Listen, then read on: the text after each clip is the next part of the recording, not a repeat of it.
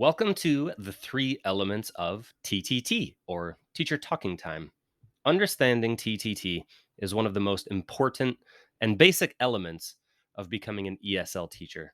So, what is TTT? Simply speaking, teacher talking time is when teachers talk in class.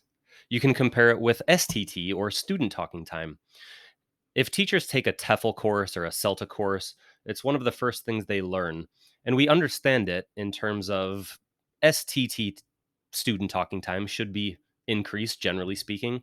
And teacher talking time, TTT, we always talk about limiting or reducing it. So let's figure out why and how. Two important things to keep in mind.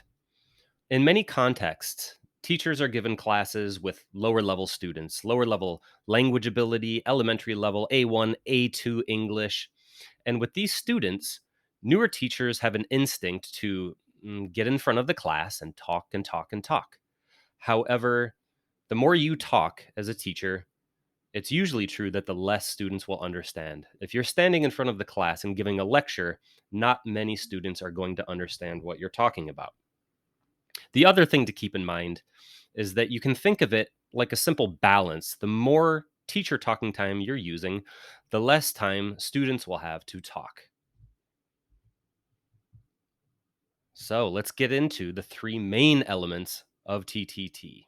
The first thing, perhaps the most important and perhaps the most difficult to understand, is grading your language. Grading your language as a teacher means matching your language to the levels and abilities of your students. If you're teaching lower level students, you need to be using lower level English. If you're teaching more academic level students, you can be using more academic level English. It's not always easy for newer teachers to understand this, especially if they're used to living in countries where English is the first language. You just assume that everybody around you understands you naturally.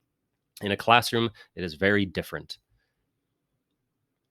The second thing to consider is the pace. Easier to understand, it's the speed at which you are talking.